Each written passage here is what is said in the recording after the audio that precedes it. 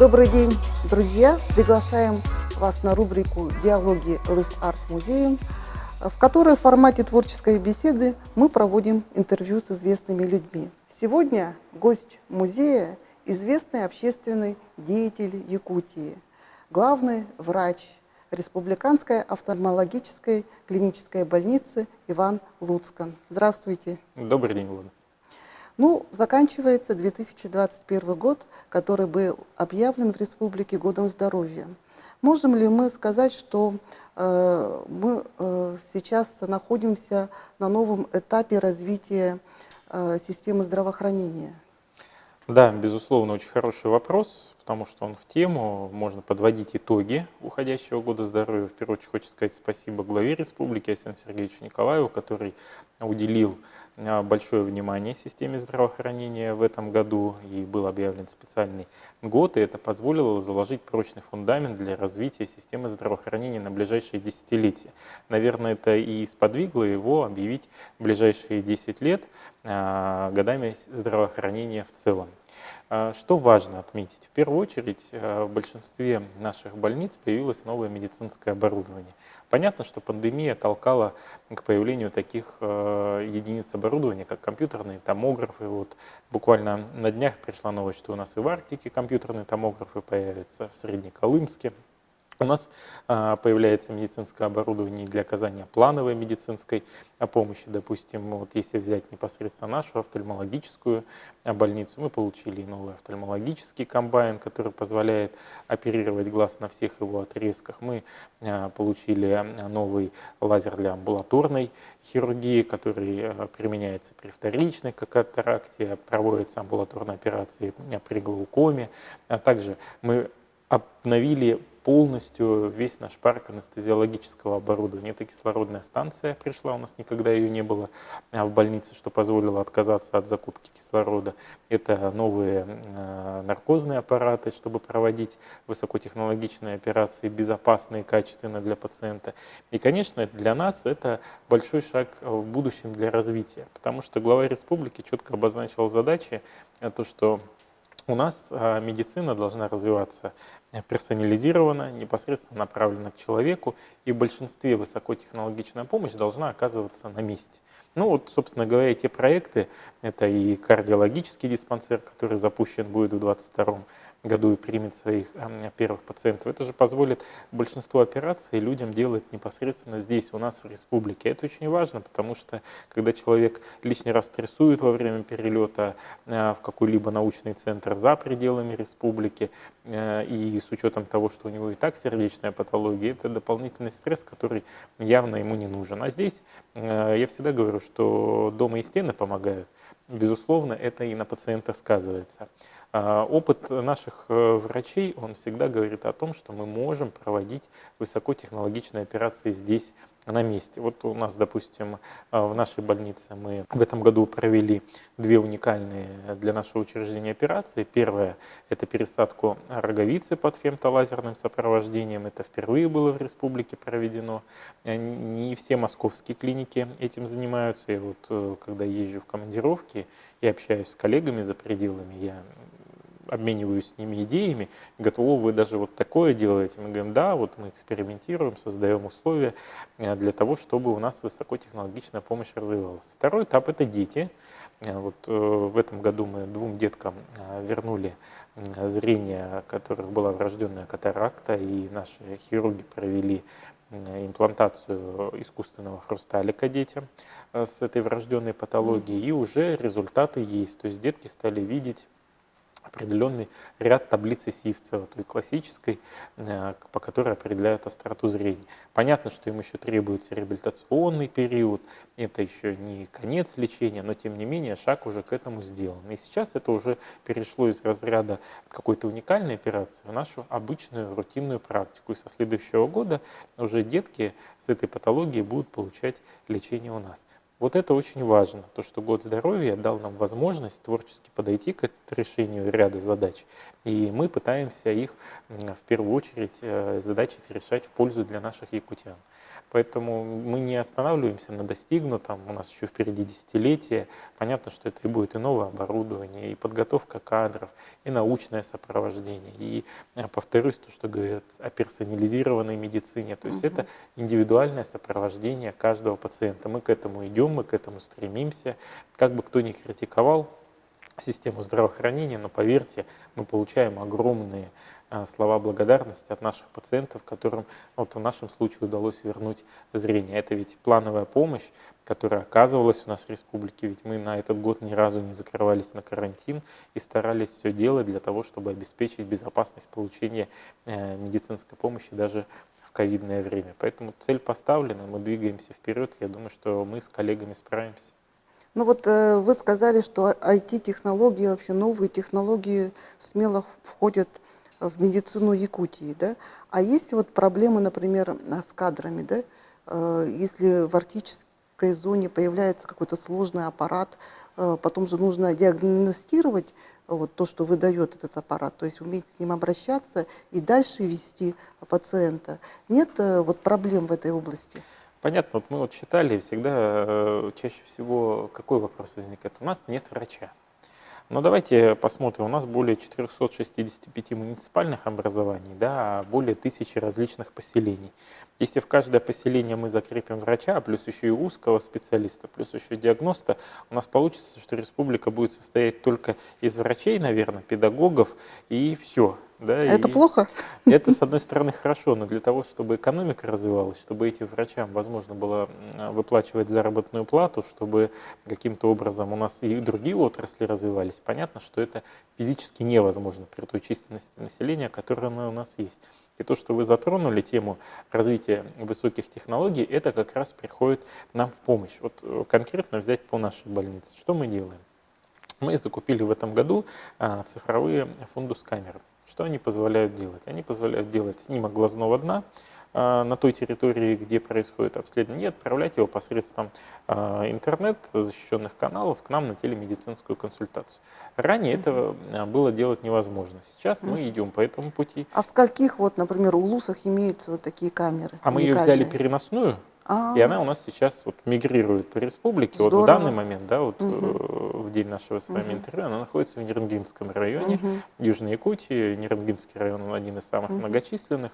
И понятно, что задача вот сейчас отработать ее там. Далее, это, скорее всего, будет А вы Алдан. специалиста тоже посылаете вместе с этой Да, камерой? безусловно. Так как у нас филиалы есть в больнице, у нас порядка 10 их на территории республики, у нас, соответственно, специалисты с нашей больницы выезжают туда в командировку и проводят необходимые обследования, и в случае необходимости отправляют снимки туда, к нам непосредственно. И, считаю, человек экономит и время доезда к нам, и деньги, и нервы. Это же очень Это важно. прекрасный проект, да, я Да. думаю, это Вот. абсолютно правильный при действительно нашей такой малой расселенности, огромной территории.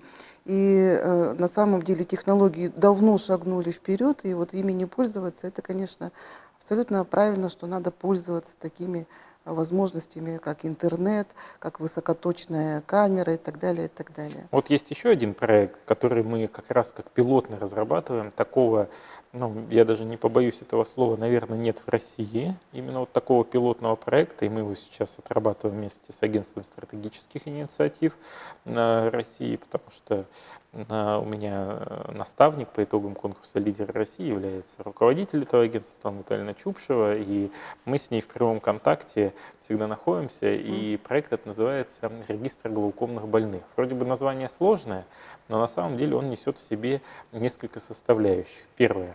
Значит, это учет пациентов с глаукомой. А глаукома – это то заболевание, которое, к сожалению, отнимает зрение безвозвратно, если вовремя не принять определенные меры. Если на первой, второй стадии глаукомы еще вроде бы и незаметно, да, и человек не чувствует ухудшения зрения и так далее, но болезнь все равно свое берет, то третья, четвертая стадия чаще всего приводит к атрофии зрительного нерва, и вернуть зрение уже человеку невозможно. Поэтому наша задача вовремя предупредить это заболевание и вести учет этих пациентов, как они проходят лечение, сколько их. Соответственно, мы формируем и научную базу, потому что есть и краевые особенности у нас Есть? течения глаукомы, А да, с чем это есть. связано? С Это со климатом? строением глаза, в первую очередь, Мгм. связано, азиатский тип глаза, ну и плюс, естественно, климатические условия, наша отдаленность, невозможность вовремя там, получать лечение, диагностику своевременную и так далее.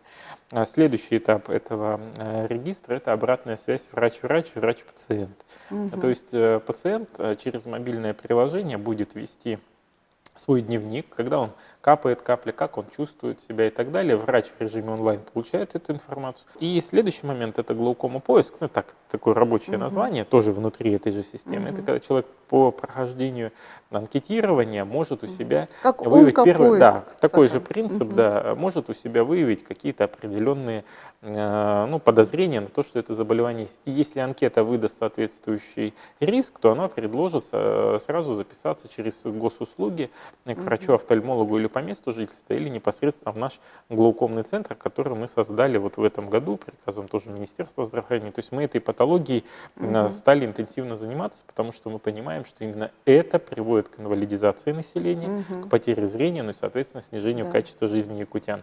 Проблема очень серьезная. Если при катаракте зрение у людей можно вернуть, то при глаукоме, к сожалению, все проблематично, и задача уже офтальмологов при оперативном лечении сохранить то, что есть.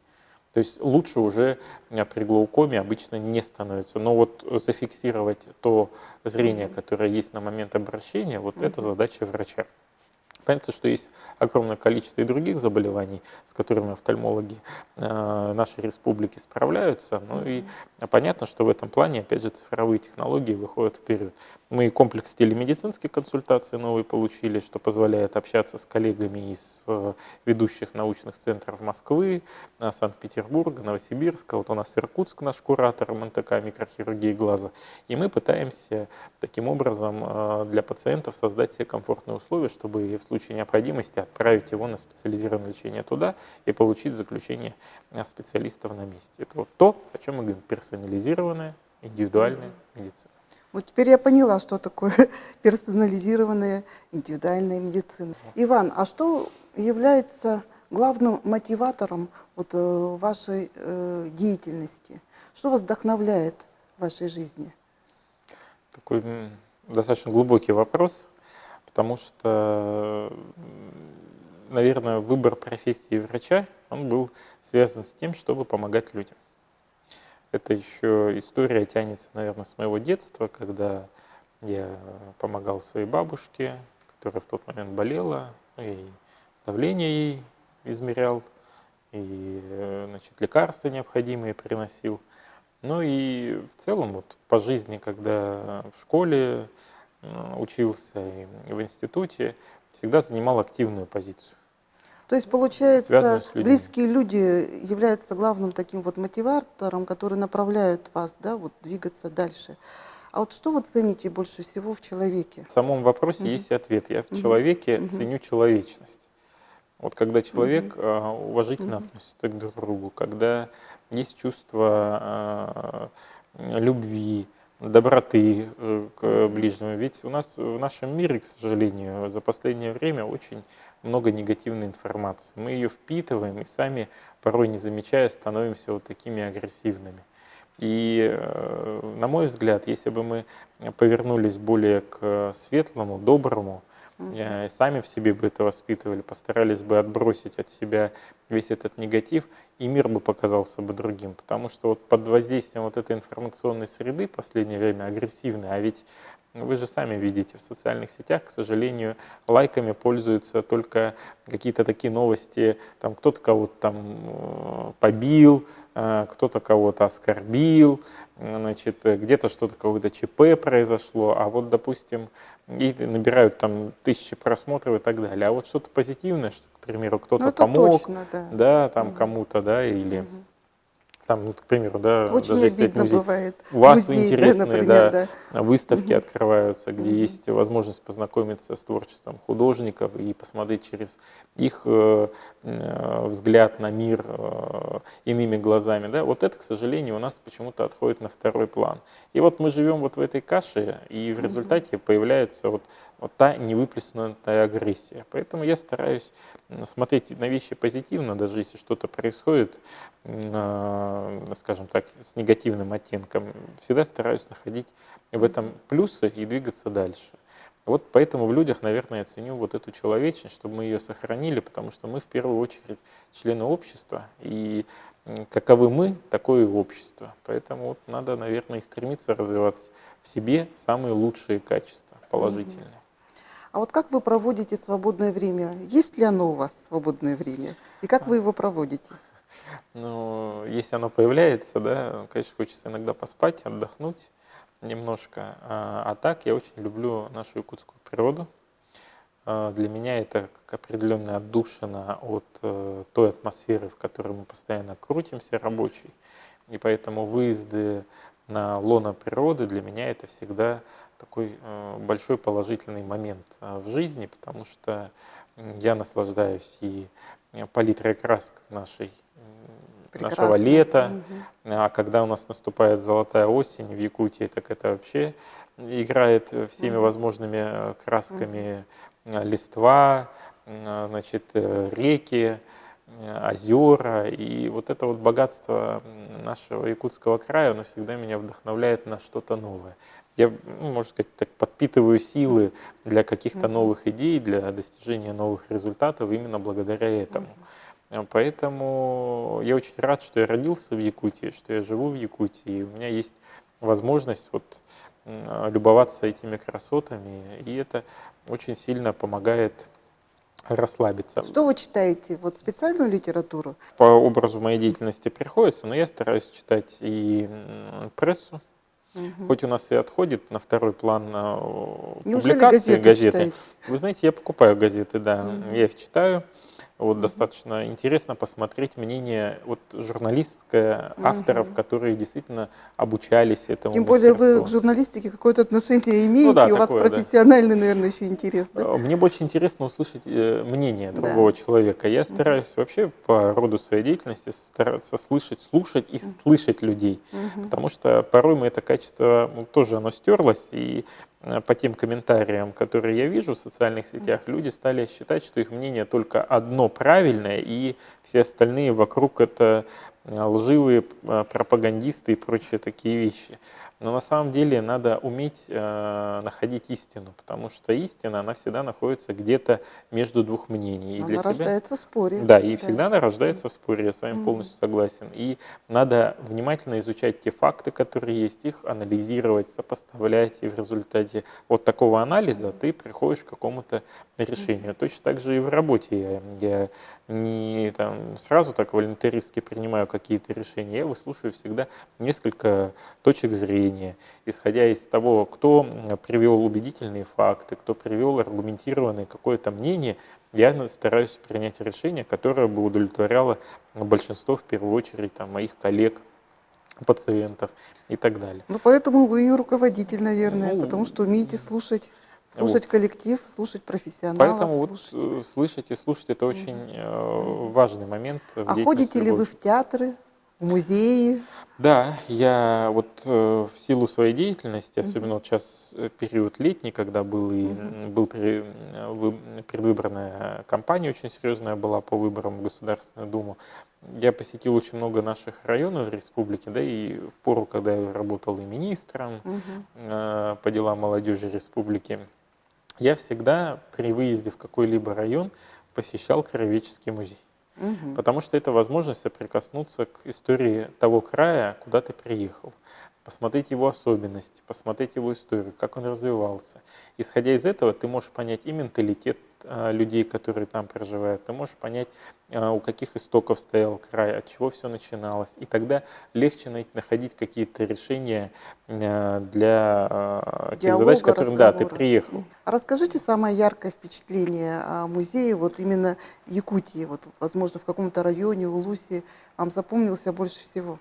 Вот просто потому, что это были последние вот как раз командировки, Алекминский район, там есть очень интересный музей, и он большей частью построен вокруг одного человека, он был фотографом, приехал туда, в Алекминский район, и делал интересные снимки. И вот благодаря... 19-20 Конец век, 19 да? начало, да, Мгм, 20 мгм. века, и он Старовер, по-моему, да? Да-да-да, и вот он сохранил как раз благодаря вот этим снимкам вот тот быт, который царил на Алекминской земле там, 100 лет назад. Мгм. И там, значит, и купцы, которые были, фотографировались у него, там даже они воссоздали у себя комнату того периода. И вот попадая туда, Мгм. ты как в машине времени переносишься в атмосферу вот столетней давности, и ты пытаешься понять, а чем жили люди тогда, что их интересовало.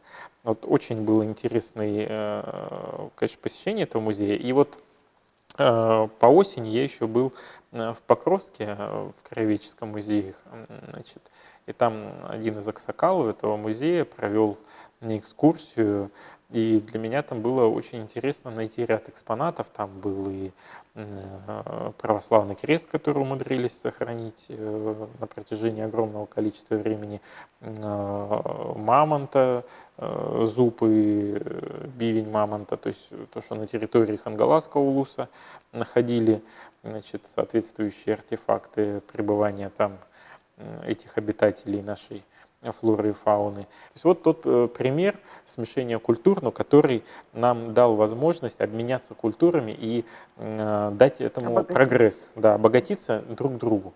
И вот это очень важный момент. Вот в этом плане тоже Краеведческий музей в Покровске, он на меня произвел впечатление очень Но вы редко благоприятное. бываете у нас в художественном музее. Мы немножко посмотрели с вами экспозицию, и я так поняла, что вам ближе всего жанр пейзаж, Да. да?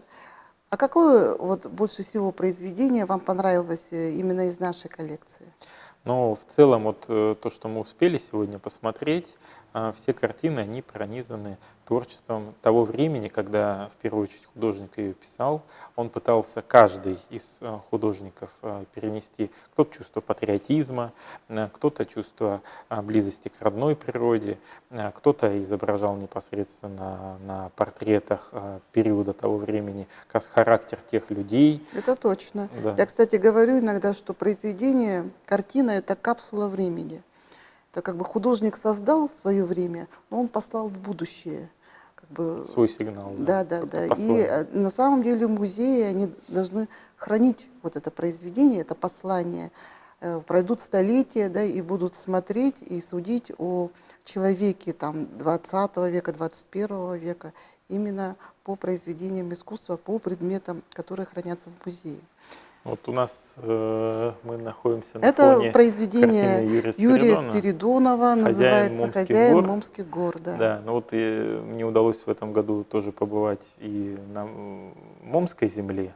И вот эти вот пейзажи, это было осеннее время, но уже горы начали покрываться первым снегом. И вот закрывая сейчас глаза и переносясь вот буквально в трехмесячную давность командировки, конечно, сразу вспоминаешь вот то редколесье, ту лесотундру, которая присуща Момской земле, и вот изображение хозяина, да, Момских гор, конечно, ну вот как бы художник передал действительно через эту картину вот ту атмосферу, которой живет Момская земля.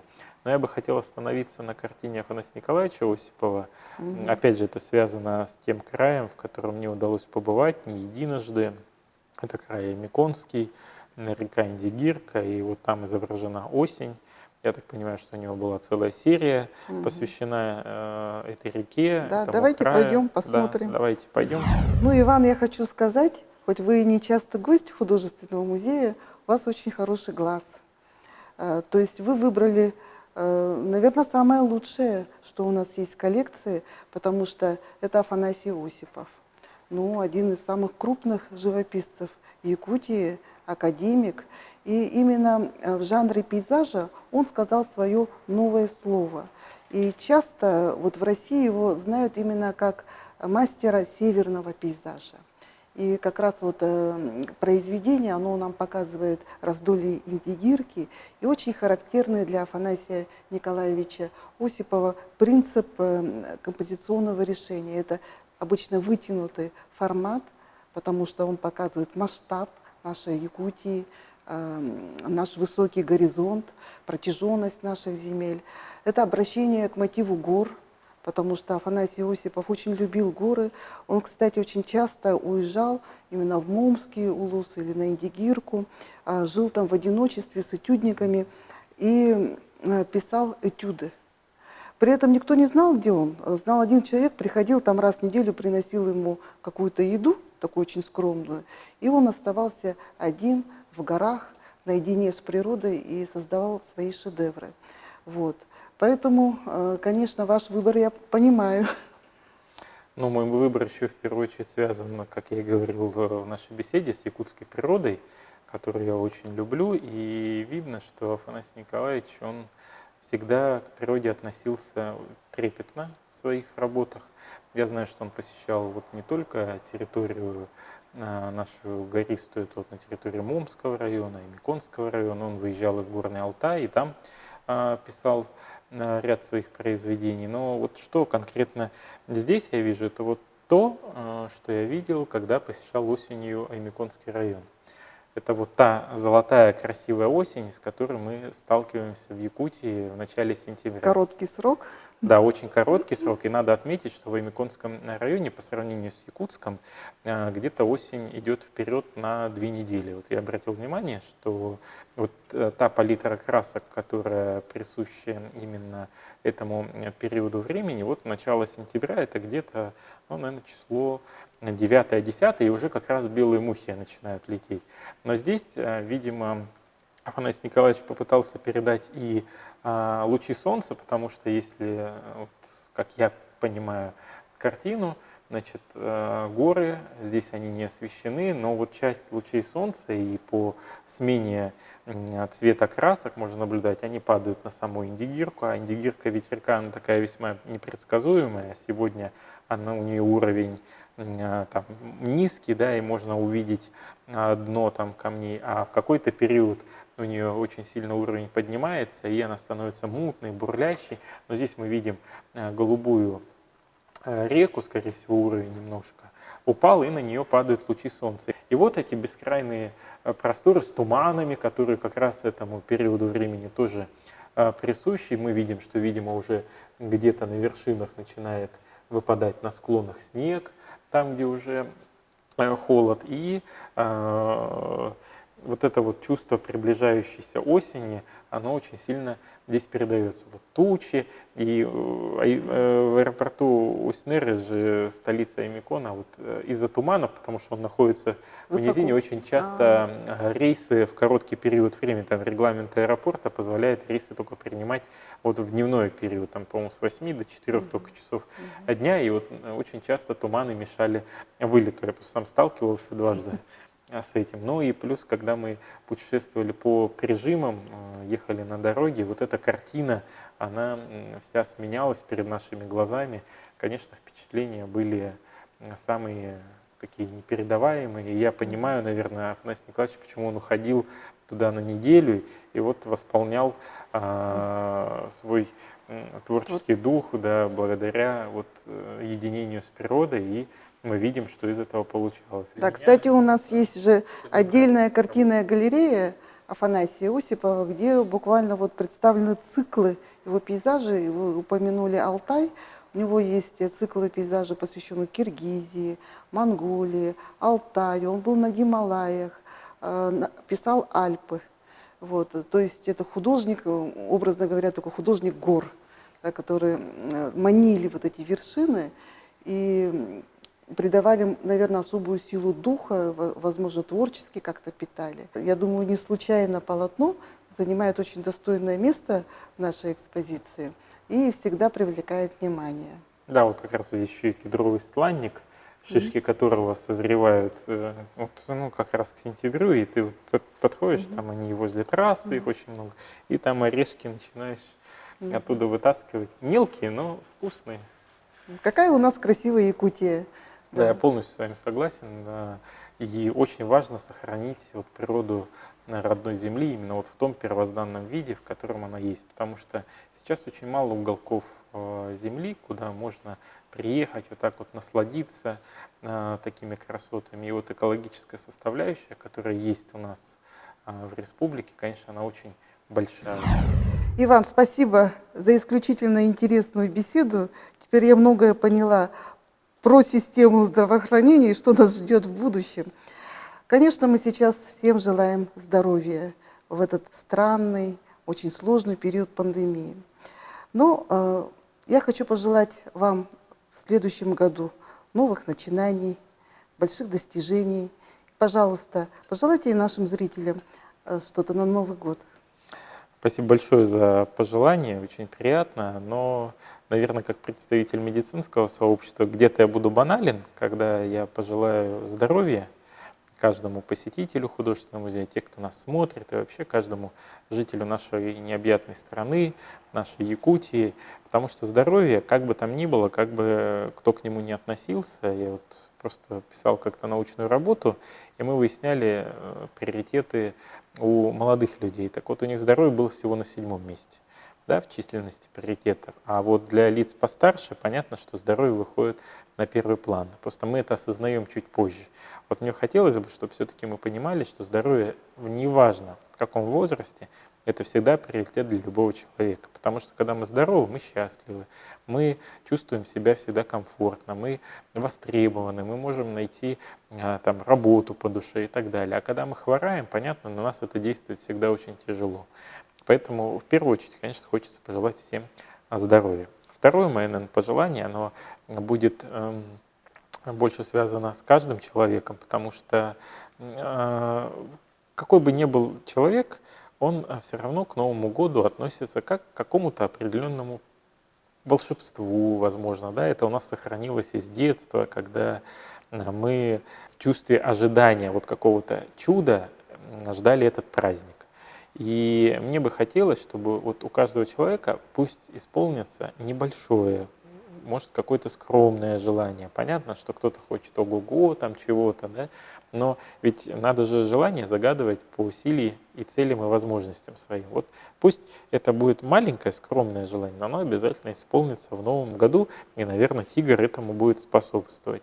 Ну и то, что мы с вами обсуждали по поводу наших человеческих качеств, вот мне очень хотелось бы, чтобы в 2022 году, несмотря на ту ситуацию, которая у нас и с пандемией уже второй год протекает, все-таки мы сохраняли нашу человечность, относились друг к другу добрее, относились друг к другу с более пониманием, уважали друг друга, не оскорбляли друг друга.